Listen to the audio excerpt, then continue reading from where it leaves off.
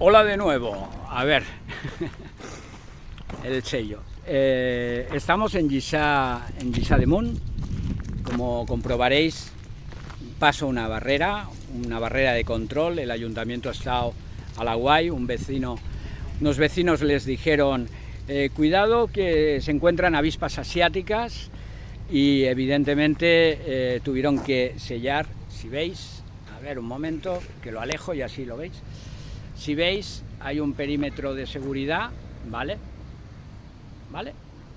Entonces, ¿qué vamos a pedir? Pues vamos a pedir principalmente que se vacíen los cubos de basura, que eliminen todo rastro de latas o de productos, digamos, de dulce, ¿vale?